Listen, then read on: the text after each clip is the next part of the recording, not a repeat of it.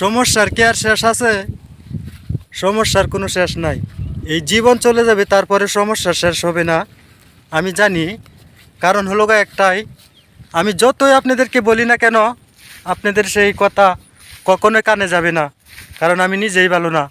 এটাই হলো গা সবচেয়ে বড় সমস্যা। এর কারণ একটাই, আমি নামাজ পড়ি না।